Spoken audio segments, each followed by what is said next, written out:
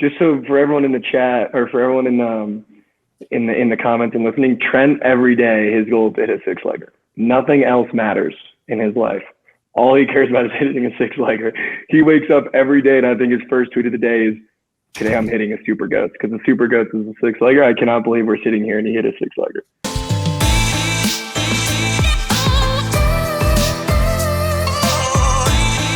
Welcome back to the dojo, guys. What's going on? The audio might be a little tough. We are in separate locations right now. I happen to be in Utah. Trent's still in dirty Dallas.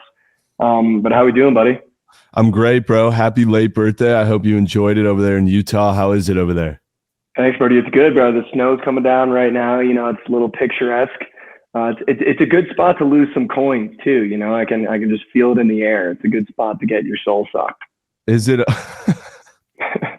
What? There certainly was no soul sucking last night for you because the Jayhawks tucked you in nice. Yeah, I did want to talk about that a little bit. I'm not going to come on here and act like a wizard because I also had the over in that game in Oklahoma State, and those might have been two of the worst bets of the night. But I have to ask you, why TCU? I'll tell you why Kansas, because obviously it's easy to ask you in hindsight why TCU. I know you have a large contingent of guys that love to look at the lines and not so much, you know, the people on the floor or the environment. And I think a lot of the time, a team like TCU will be favored at home if they're ranked against a ranked opponent because of the home environment. But when we went to that Providence game, even if that stadium was packed, dude, that's the weakest environment in the Big 12. Oh, come on. No, I'm being so dead ass with you. That's why I took Kansas. I said it in my tweet. I said an abotted home floor. Like, that stadium is not something where Kansas walks in and is like, oh shit, we feel the pressure. Yeah. Like a freshman dropped 20 points. Freshmen don't drop 20 points in hostile environments, even if they're the best freshmen in the country. Yeah, that is you're not wrong there. You're right. I was solely on TCU because of the line, the way that it was moving. Dude, it went to -3 before tip. Like right before. No, it went to tip. -2. No, it closed at -3. Oh, wow. Yeah, it was -180 on the money line right before tip off. Like, I'm talking 5 minutes before, which had me feeling great about the bet that I had placed on the -120 money line, went to -180. Usually when that happens, it goes our way. But deep down, if I were to just not talk to anybody the minute I woke up yesterday, I could have said TCU was not going to win this game. But based on all the factors, the line movement, the home court advantage, I was like, okay, the line's probably like this for a reason. TCU is going to steal another game from Kansas. But then I did a TikTok live yesterday, and I was pulling people up in the queue like old times. I did a couple people, and some guy was like, I'm going to tell you right now, Kansas is winning this game, and here's why. And I'm like, oh boy, here we go. And he sold the shit out of it. He was like, Bill Self hasn't lost to the same opponent twice in the same season since blah, blah, blah. Kansas outmatches TCU in every way on the floor. Just like sold the shit out of it. I'm like, yep, Kansas win this fucking game. I did not feel good about my bet going into that, but I had to buy in, lost 4 units. Yeah, I mean, also make sure you guys share the pod with a friend. But I have to say, lately I've been kind of putting away the lines. And it was because Krabs and I were talking about a game. It was Kentucky, Tennessee. And I woke up and I loved Kentucky at plus chicken at home. And I was like, Kentucky's really starting to play well. And Tennessee's kind of on a skid. And in college basketball, when you start skidding, you skid really, really bad. Oh, yeah. Because of the reason I'm going to tell you. And it was something that Krabs sent to me that I've always thought about, but I've never had someone say it to me. And I was like, dude, I really love Kentucky. I think I'm going to take Kentucky. And I was like, the line seems really weird. It's a short plus chicken money line, but it was plus chicken money line on Kentucky at home. I was like, Rupp Arena, the number one team in the country, is coming in Tennessee. I was like, I love Kentucky to beat them because Kentucky's finally starting to play well. They have a bunch of transfers, a bunch of freshmen. You knew it was going to take time to mold. They're finally starting to mold. And Krabs texted me and he was like, yeah, I mean, you never know, they're kids. And I think that's what is lost. Line movement, I think, matters in the NFL. I think it matters in the NBA. I think it matters in the NHL. I don't think it means anything in college football, and I don't think it means anything in college basketball, genuinely. I think it comes down to if they're at home, how they played in their last 5, and the matchups, because these are college kids at the end of the day. For example, there's a game today on today's slate. I'm going to either look like an idiot or a dumbass. Texas A&M is playing Tennessee at home. Tennessee still ranked top 5, I believe. Texas A&M I don't think is ranked yet, but Texas A&M is a favorite at home. Tennessee is now on a 2-game losing streak, still playing away from their own house. They're probably going to get smoked by Texas A&M today. I'm going to be all over Texas A&M. Okay. Texas A&M on paper is the worst team, but Texas A&M in their last 5 is hitting a stride where they have beat every team that's been better than them, and they're at home. Yeah. Tennessee has lost their past 2 to teams that they probably should beat and that they've been favorites to. And what's the spread? The spread, I think, is -1.5, 2 right now. Wow. But Texas A&M is the favorite, so you could get Tennessee at plus chicken. But see, that line makes no sense. Neither does TCU. Kansas should have been a favorite. Kansas is on like a 5-game win streak. But you're saying you're taking A&M. Yes, because of the exact reason why I took Kansas. Because TCU's home floor isn't an advantage, and Kansas Kansas is now a Final Four contender the way they've been playing. No, for sure. So I'll take that plus chicken. Tennessee, I think, just got exposed 2 games in a row. Oh, so I'm not going to risk Tennessee. No, I'm taking Texas A&M. But that line is fishy. You took the plus chicky last night with the better team, and you're not taking the plus chicky with a better team here. No, Texas A&M is the better team right now. You think so? So I'm going to take the favorite better team. Yeah, dude, Tennessee's getting exposed left and right. Okay. They're not a good team. And I also love, I think it's Tyrese Radford tonight to go over his points, because he's going to be guarded by Vescovi, who's like a 5'9" European kid. And Radford is like 6'2", just like bucket getter. Yo, you're kind of in your bag right now. I'm just going to let you keep going. You say. Well, no, I mean, this episode's going to air after the game. So either I'm going to look like an idiot or like someone's getting a look into how I look at games. For sure. No, it's super interesting. I will admit you're way better at college b-ball than I am. You bet a lot different than some of the guys I listen to bet, like Krabs, of course. I will disagree that about your opinion where the lines don't necessarily matter, but I will say it's important to keep in mind of the situation that's happening on the court, whereas not so much focusing off the court before the game, Yeah, which is 100%. what you pride in for sure. So I respect that. Yeah, for sure. I mean, on Saturday, it comes rarely, but on Saturday, I felt like I've never seen a board more clear, and I did clean sweep, but it was because, like, for example, I think it was Texas A&M going into Mizzou, and Texas A&M was +2 going into Mizzou. Because we have Nick on our team, who is a massive Mizzou guy, he's been telling me the past 3 days that one of Mizzou's best players sat out last game. His Instagram stories have been weird. Mizzou is still the favorite. I put $100 on Texas A&M +2 going into Mizzou, which has been impossible to play in this year because clearly there's locker room problems. Mizzou lost by like 30. Wow. So that's what I'm saying. The lines matter if you want to just like glance at them, but we're like, these are kids. They're 18 to 21-year-olds. They're not professionals that are getting paid to do this. Like we talked about our first episode. They're still probably going through their first heartbreaks maybe during the season. Like one of their teammates, like it came out in UNC. I think it's true. I think the players on UNC who just don't want to get exposed.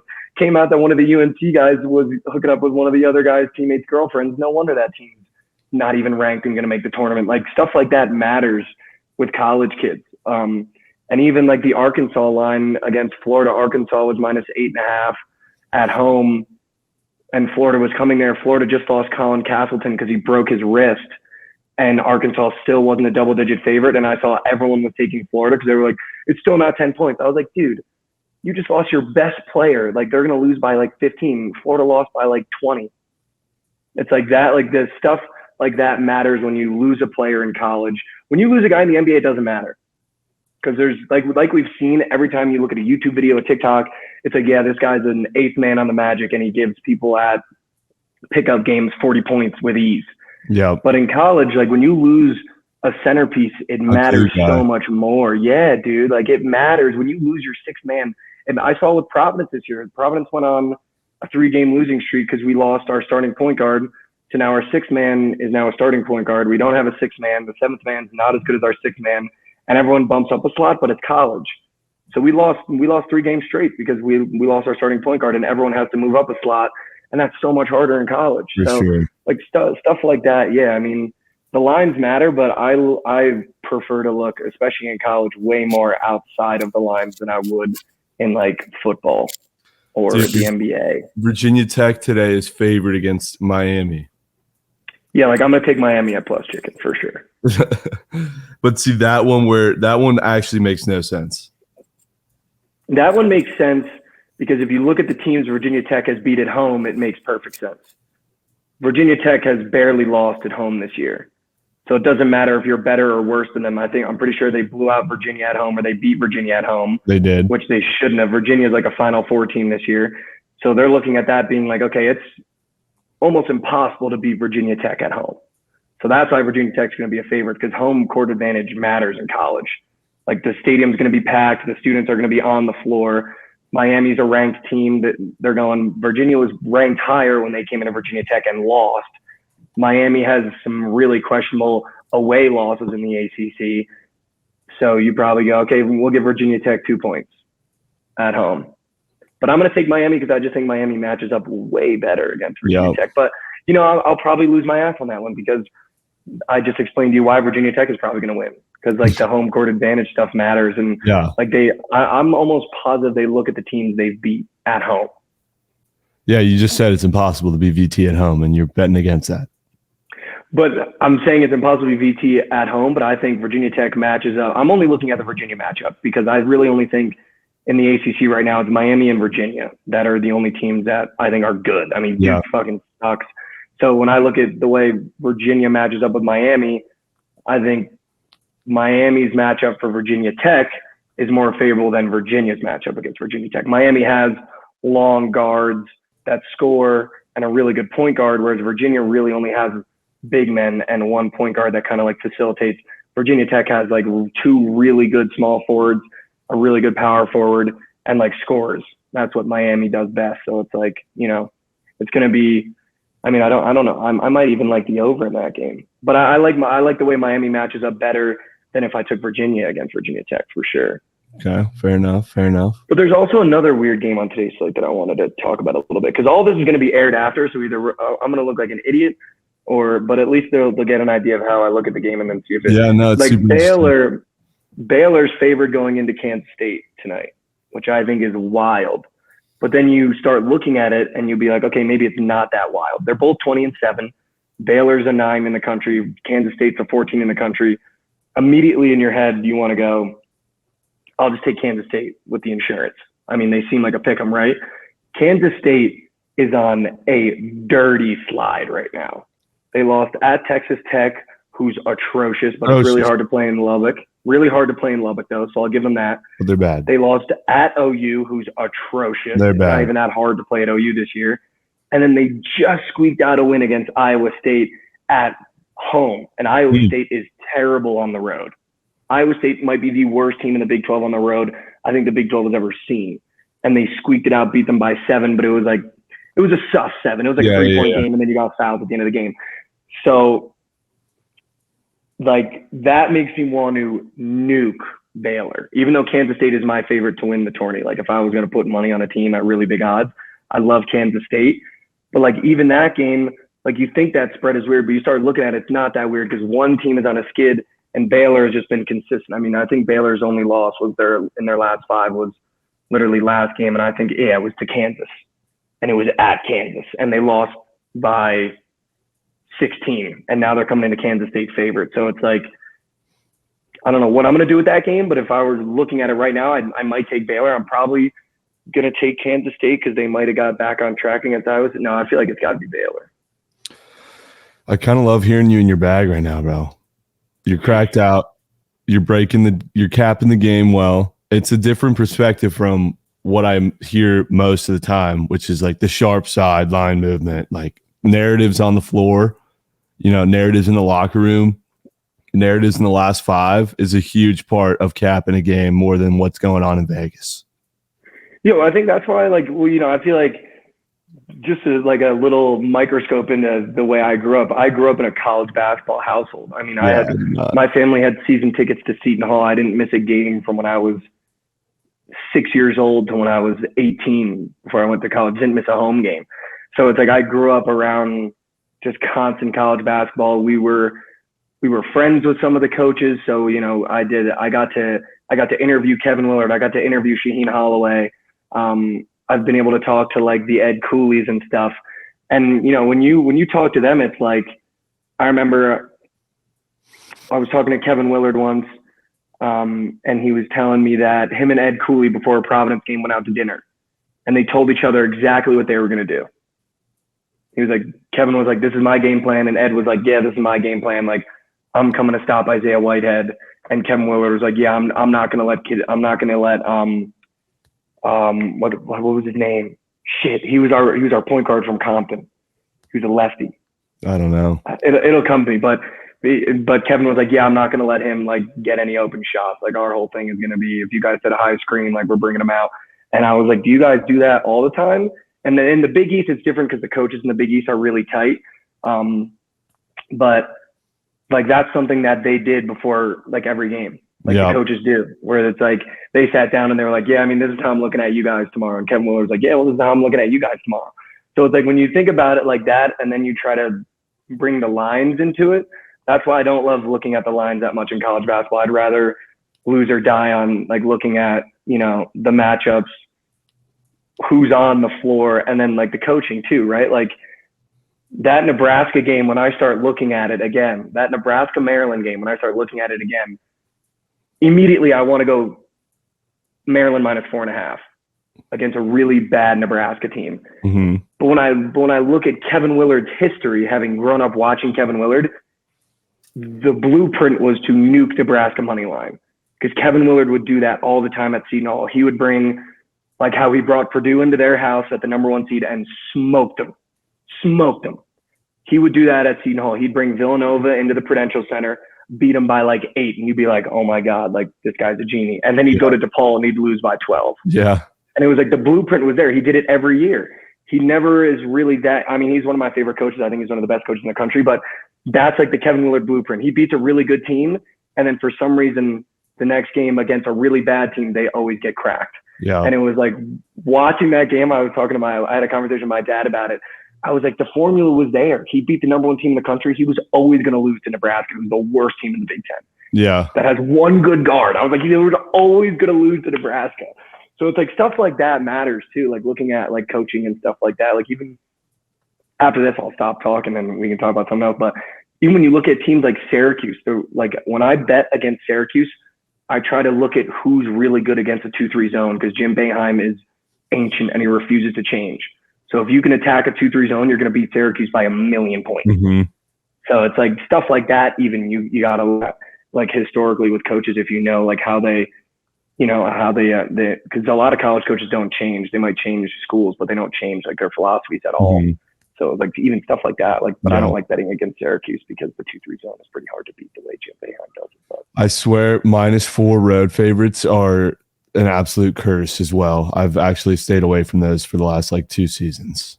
yeah, can we talk about that? I want you to explain that to the people, because I agree. Yeah, no, because that spread is so misleading. It's so misleading. So misleading. But yeah, -4 road favorites, I swear they lose outright more often than they do win or cover. So I've learned this like 2 years ago too. Just not even touch that game, or at least just don't squeak the money line favorite in a parlay thinking it's free, because it's definitely not. No, yeah, and I think like to that like -4, I feel like you think like this is why I don't look at the line, like, or why I rarely look at the lines like first, because -4.5, when you look at that, you almost feel safe taking that. Like you're like, oh, that's a safe money line piece. But then you watch a college basketball game, a 4-point lead is the most dangerous lead you can have. It's a 3, a stop, and you're down 1 if they get a layup. Like, it can evaporate like that. But when you look at it, you'd be like, oh, 4.5 points. Like they're a 4.5-point favorite. I'm looking for a 5-point win. Like that should be air. Do you know how many times? Fluke shares. When we were watching that Maryland game, do you know how many times Nebraska was up 4, then Maryland went up 3, then Nebraska went up 2? It's like, dude, if you're in that 5-point range, you could lose your soul if there's a minute left in that game. Oh, like easily. That lead goes away like crazy, dude. I know. Yeah. Like crazy. So I stay away from that shit. But Like TCU last night, bro. I knew going into that game that was a dono. They looked good. They had the lead there for a bit, and then they just kind of fell off. They couldn't make a shot toward down the stretch. It's pissing me off. I was also confused too. Like games like that kind of piss me off as well. Not piss me off, but it's like, Mike Miles, where are you, dude? Because I put Mike Miles in my prize picks. So I was like, Kansas wins, but if Kansas doesn't win, I'm going to take insurance and put Mike Miles in a prize picks, because the only way TCU wins is if Mike Miles scores 20 plus points. Yeah. Mike Miles, you can't have 12 points at home against Kansas. What was his line? It was 18 and a half. Jeebus. But you know what I mean? Like, you can't, like, if you want that home arena to mean something, your best player can't score 12 points against a rival in the Big 12. Like, That's funny you did that, because I did the same thing. I hedged my TCU bet with Grady Dick over threes, because I was like, oh, he's going to be splooging. Dude, he was cashing it. Yeah, he hit 3 threes. His line was at 2. Dude, I hit a freaking 6-legger last night. No way. Yeah, 400 to win 10K. So you're sitting here up 10 racks. Yeah. All right, well, we're going to check back in next episode, see how quickly that went away. No, wait, what? Yeah. Me what the 6-legger was, bro. Dude, I don't know how to, like, take a screenshot on my PC, but where's my phone at? We got my phone. All right, yeah, I'll monologue while you do that. Just so for everyone in the chat, or for everyone in the comments and listening, Trent, every day his goal is to hit a 6-legger. Nothing else matters in his life. All he cares about is hitting a 6-legger. He wakes up every day, and I think his first tweet of the day is, today I'm hitting a Super Goats, because the Super Goats is a 6-legger. I cannot believe we're sitting here and he hit a 6-legger. Dude. And it's, of course, like, something about my jacuzzi, or the jacuzzi in the backyard. When I cook, the only 6-leggers I've ever hit have come out of the jacuzzi. All right, well, maybe get in the jacuzzi. That ass, bro. So let me show you. Yeah, I was so bricked up. For those of you listening, he's about to pull it up on the. Yeah. He's pulling it up. Oh, oops, all right. It's Inception. It's Inception. It's a recording within a recording. Looky there.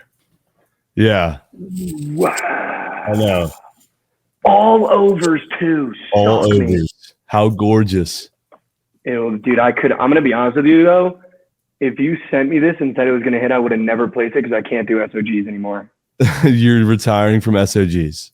Oh, also, yeah, we're going to talk about this in a second, but I just had to say this on the podcast. I just wanted to give a shout out to Chell God, to Chelly, because he posted on his story a birthday prize picks entry 2-teamer of Chell, and it full faded. So appreciate you for that, dude. Dude, it was always Michael Backlund on your birthday. It always was. All right, walk me through this from Grady Dick down to the bottom. So Grady Dick was Javon's play on his card, and I liked it because I was on TCU, and if they were going to lose, it's going to be probably because he's splashing threes. Zion, this dude on UC Riverside, 2 free throws with a minute left in the game to go over to tuck me in last night. Yeah. And he made them both? He made them both. Legacies. Up 30 points, dude. I thought he was pulled. I'm sitting there refreshing the score app, and I see he gets fouled. I'm like, no way. And this was from Sports Betting Ryan on the Surgical Stream. Shout out SBR. Let's go.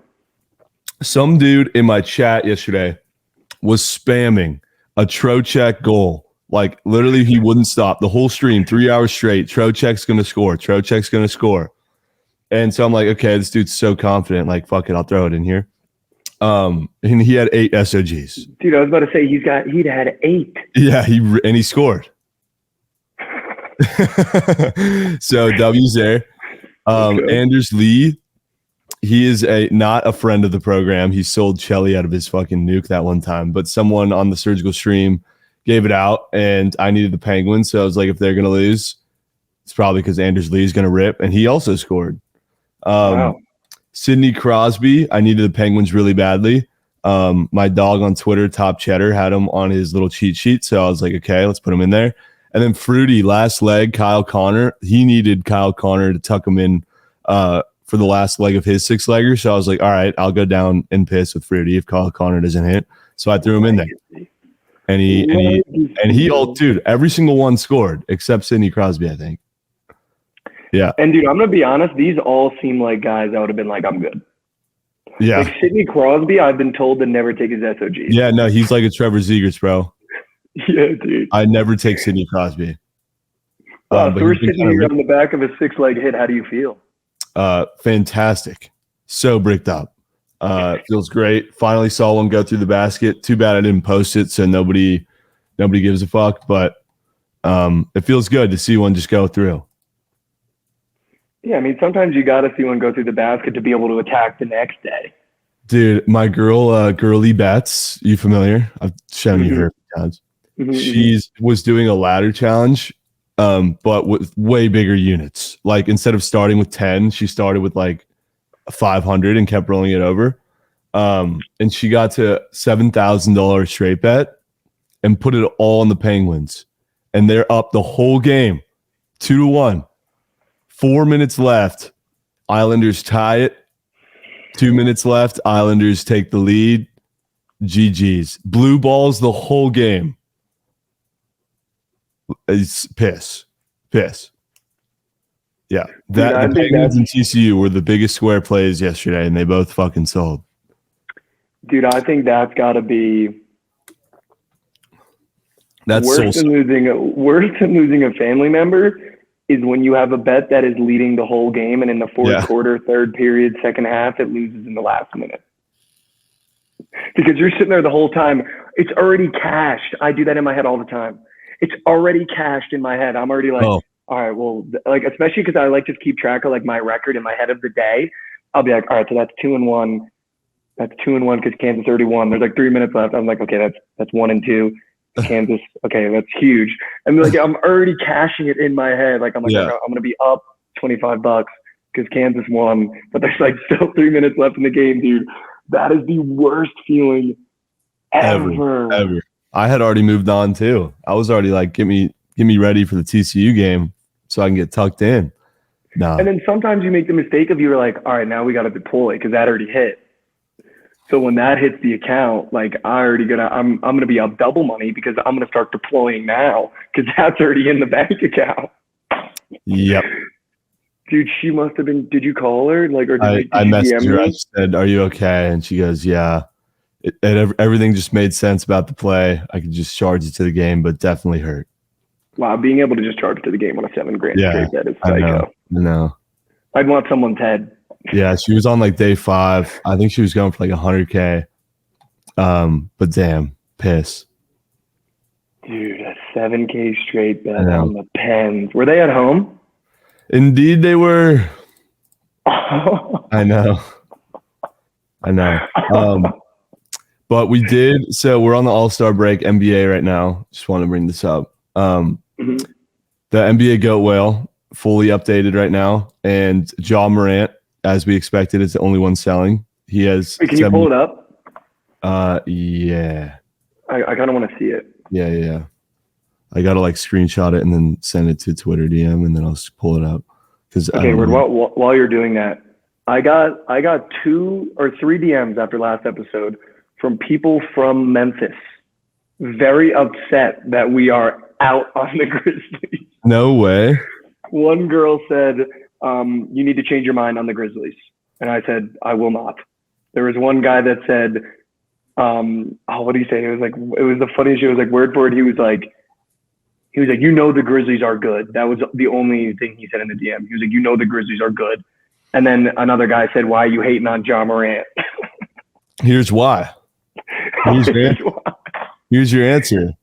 Mr. I'm good in the West, Ja Morant is the only Gabi that's not green.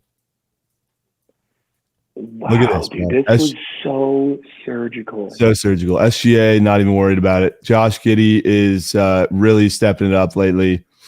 Not too worried about him. His average now in Prize Picks when they put his lines up are like 18.5, which is a great sign. Ingram with no Zion is massive. I would be even when Zion comes back, I wouldn't even be worried. Yeah, he's starting to pick it up. I'm really glad he was able to turn green before the break. And then with the D'Lo trade to the Lakers is huge for Anthony Edwards. Massive. Dude, I think Anthony Edwards is going to finish the year averaging like 28. Yeah, he might be up there with SGA the way he's been Dude, playing. SGA was a gift. A gift from the gods. That was a gift at 23.5, dude. Ja was not anything close to a gift. That's a very high total. I know. Dude, I don't know, but I have to ask you, it's always hindsight, and I hate being the hindsight guy because I hate hindsight people. But you're picking like really great averages for really great guys that are low.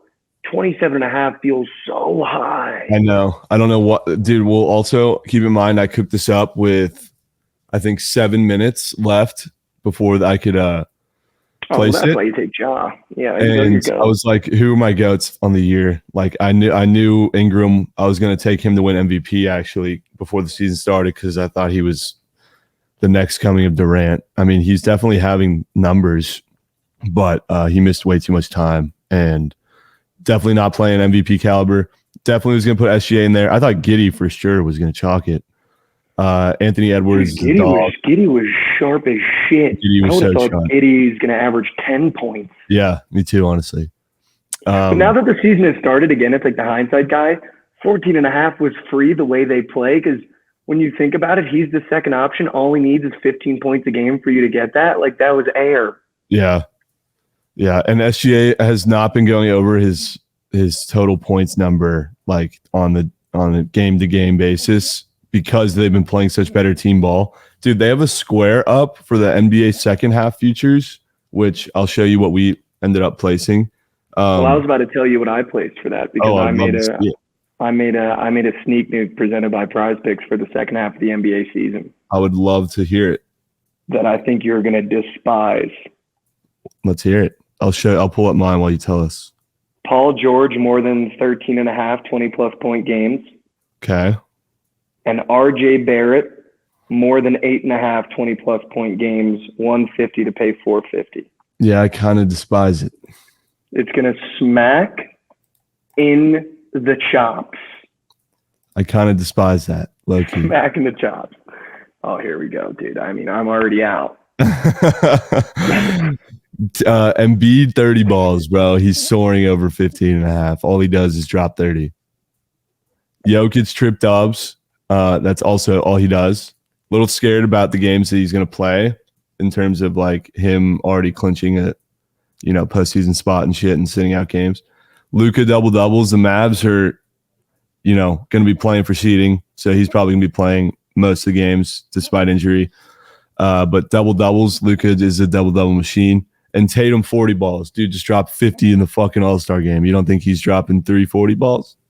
I was about to say the 40 ball Tatum. There's one square in here that just made me open Prize Picks and place another one because Luka more than 10.5 double doubles might be the freest shit I've ever seen, dude. Did it get bumped by chance? It did not. It's still Damn it. Dude, we were cooking this up at 2 a.m. on a night sweats. And we were going to make it 5 legs because goat whale should always be 5 legs. And we have Anthony Davis rebound, over 10 rebound games. And we're about to submit it, bro. And it gets bumped by 4 games. 4. No way. Yeah, it went from 12.5 to 16.5. Wow. I know. So we're like, holy shit. So we're looking for another leg. And we were debating Damian Lillard 40 balls. And we couldn't decide whether or not to do it. And so we're sitting and like bitching back and forth. And all of a sudden that got bumped 2 games. So we're like, fuck it. Just leave it. Let's see if anyone else got bumped for you right now. I'd actually be very interested to see. Embiid 30 balls. Same thing for Embiid. Tatum is still at 2.5. I was really only interested in Jokic. I feel like that could get bumped. No, it didn't get bumped. Yeah, GG. I did last thing I wanted to talk about because we already almost had 40 minutes. Last thing I wanted to talk about, dude, was the Mavs might just do it this year. Do what? Make the playoffs? They might win it all. No, they're not, dude. I don't know if you saw the chemistry that Kyrie and Luka have been building, Obviously, everyone blew up the clip of LeBron dapping up Kyrie and Luke in the background is like fucking pissed. But Luke and Kyrie were fooling around on the bench of the All-Star game. And I'm just going to say it. I've never seen Kyrie or Luka fool around. And if those two are clicking, dude, you only need two. Yeah, they're not winning the fucking finals, bro. Move on. They're not winning the finals, bro. They're not getting through the Boston. As you think it's the Celtics? No way, dude. That team, nope. Yeah. Nope. Bro, Tatum is him. Luka is him. Tatum is leading the way. I don't even think they make it to the finals, bro. The West is much harder. Yeah, for sure. There might be again, dude. You called perfectly where the free agent was going. Oh yeah, I fucking called that to a T. Like, how did you know Russ was going to the fucking Clippers? Yeah, I could just see it. I thought it made sense, and I said Durant was going to the Suns. I know that's why I said you called the free agent. So what? All right. Last two things. One, I think you and I should make a second half NBA season for Prize Picks at the end of this. So start thinking of a leg that you like. But then you're going to tell me why you like that fit on the Clippers, because I hate that fit. Why do I like Westbrook on the Clippers? I don't know. It just made sense. It felt like I know Russ wasn't going to go to a team and just fucking, be a part of a rebuild or not make a run in the postseason. That was a given. Like, there's no shot that's happening. So came down to a couple of different teams. And when I looked at the options, I was just like, yeah, I feel like the Clippers need that kind of guy to lead the charge when Kawhi and PG are not on the floor. PG and Russ have already played a whole season together in OKC. Didn't work out as we all thought, but they definitely worked well together, I would say. PG's a much better shooter. Russ is a much better ball facilitator. Taking some of the load off those two guys and having playmakers on the floor when they're not on it. I just thought it made sense. I don't hate it. I mean, I hate it, but I don't hate it because Russ can't score. No, yeah. I just hope he learns his role as a primary ball facilitator and not a scorer. A facilitator. Yeah. All right. I mean, listen, I not something that I was like made a lot of sense in my head, but I mean, now that you explain it, I didn't remember the Paul George connection, but that moves the needle for me a little bit. I'll be honest. Yeah, no, they've played. We pulled off that trade, and I mean, they had a good season. They made the playoffs. They weren't, a top seed like I thought they would be when we made that trade with Carmelo Anthony as well. But no, they're reunited. I think Russ is excited. Russ wanted to get out of LA. And speaking of the Lakers, because I mean, there was so much to blame, and for some reason he was getting all of the blame, even though it was a lot of other reasons for sure. But it's a new start for him. I'm excited for him. I love Westbrook, so I'm excited to see what he does for the Clips. I'm interested to see. That's a really good point. I think maybe not next episode, but the next Monday episode, when does the NBA come back? Thursday. Okay. We should really track what the press says about the Lakers if they start losing again. Yeah. Just to see what happens, right? Because, I mean, Russ could be right. He could be like, dude, I was like the opposite of the problem. But you never know, right? Like if the Lakers come back and they start winning every game, we're going to be like, I might have been. Yeah. But I'm interested to see what happens if they start losing again. Because the Lakers still don't have a complete team, dude. They're still fucking shambles. Yeah. Dude, I think they took off. I think they. Oh no, they didn't. No, they didn't. Bro, interesting. They added a new category of basically the NBA GOAT whales for the season average, but with just updated numbers. Wow, they have Ja Morant. Oh my god, bro, they have him averaging 27.3. So basically, I can hedge out of the GOAT whale. Oh, NBA season, they do. Do you want to do that? A point per game GOAT whale for the second half of the season for TFM, or do you want to do the second half of the season? No, second half, guys. Here. All right, let's do that. I like that better anyway. All right, do you want to do 4 legs and we each pick 2? Yeah. I kind of want Luka double-double then. Okay, that's fine. I'll double down. Or do you not want to double down? Should we do like his 30-point games at 15.5? Yeah. All right, let's do that. All right, let me look. You said 30-point games for Luka, 15.5? Mm-hmm. I kind of like the 20-point game. I'm probably gonna do a 20-point game one because I kind of like that because there's some guys in there that I feel like 20 points is kind of air for them. So who you like? Dylan Brooks under? Dude. Is he up there? No way they put him up there. Yeah, 20-point games under 1.5. Should we? Like, what business does he have being up there? Should we? No, because if he gets it, I'm gonna be so fucking pissed. Shambles. I hate him so much, dude. I don't even want to be like paying attention to what he does on a day-to-day basis. So I'm trying to think of the guys that you guys always nuke in your like after your stream plays where they're at like 15 points. So like Franz Wagner at 4.5 20-point games. I feel like you guys take him all the time and he soars. What about De'Aaron Fox? What is his at? I have 2 Thunder squares. I'll let you pick one. Hold on, wait. I kind of like De'Aaron Fox if they have 20-point games, but I think they have him for 30-point games. Okay, what are the 2 Thunder squares? Josh Giddey over a half triple-double. Oh, yes. Yeah, that's the one you're going to end up picking because you're not going to take SGA under 10 assist games. That was never. But he's not getting a 10 assist game, just letting you know. All but, okay, Luka over 30-point games, Josh Giddey triple-double. Should we get, like, cheesy and do, like, 10-plus point games and, like, root for, like, a bum? Yeah. Okay. Should we do Ben Simmons over 2.5? Bro, no. No. All right, I'm going to read some names to you. I just want you to pick one. Bol, Marcus Smart, Austin Reeves, Keegan Murray. Austin Reeves. At 8.5? Yeah. Oh. Yeah. All right. What's our last one? Should we do a 40-point guy? Dame 40 balls? Dude, Kevin Durant is at 1. Oh, I'm so down to ride that. You want to do that? Yeah. Ew, dude, this is sick. Wow, they bumped it. It was at a half. All right, well, then we got to nuke it at 1 because you still get the push, right?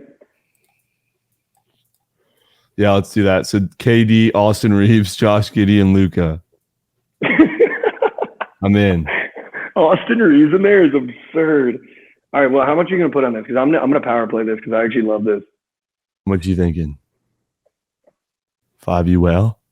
I'm thinking, dude, I really like this. Yeah, it's got to be a 5 UL for me. The only one I'm nervous about is Luka. Nah, he's hitting that, bro. All right, 5 UL, done. 5 UL, locked. That's done. All right, the sneak peek presented by PrizePicks for the second half of the NBA season that you can get in right now while the iron is hot. Luka Doncic more than 15.5 30-plus point games. Josh Giddey more than a half triple-double, so he only needs 1. Austin Reeves more than 8.5 10-plus point games. And Kevin Durant more than 1 40-point game. Wow. I love it. I actually love that. I literally love that. We're going to need a legacy KD outing. All right, word. Well, is there anything else you wanted to talk about real quick? We're almost this might be our longest episode yet. Yeah, no. Let's just keep making some coin, get through this dry spell of sports. NBA comes back later this week. Baseball's around the corner. We're about to be in a great time for sports. Yeah, here we go. I'm actually really excited for baseball. I'm excited for us to cook a goat whale at some point on one of these episodes. Well, this has been another episode straight from the dojo. We appreciate you guys for listening. Make sure you share the podcast with a friend. Trent, why don't you tell them about the stream and where they can find you? Yeah, tune into the Surgical Stream every weekday at 2 p.m. Central, 1 p.m. Central on the Twitch channel at Book It Sports. And you can follow all the Book It socials on Twitter, Instagram, TikTok at Book It Sports, and me at Book It with Trent. And follow the rest of the game, Lauren and Shelly and Preston and all the other creators, Krabs as well, and Javon. So tap in. Great community we've got over here. Absolutely. Make sure you follow the whole gang. You can find me everywhere, Mikey Over, and then on Instagram, michael.j.overs. We'll see you next time. Appreciate you guys. Be seeing.